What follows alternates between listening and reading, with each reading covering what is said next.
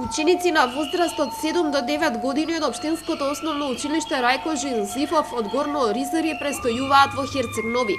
Токму тие годинава ја представуваат нашата земја на детскиот меѓународен карневал. На карневалската манифестација тие ја представија општината и нашата држава преку настап со маската Цветна ливада. 1300 учесници поделени во 51 група на возраст до 15 години се дел од овогодинешната манифестација. Децата од училиштето во Оризари се придружувани од наставничките Лила Арсова и Орданка Петкоска. Нивното заминување е поддржано од страна на локалната самоуправа. Општината Херцег Нови е покровител на детскиот меѓународен карневал. Манифестацијата се одржува по 9-ти пат. Свечено беше отворена на 6 јуни, а веќе на 7 се одржа и свеченото дефиле низ градот и представувањето на групите учесници.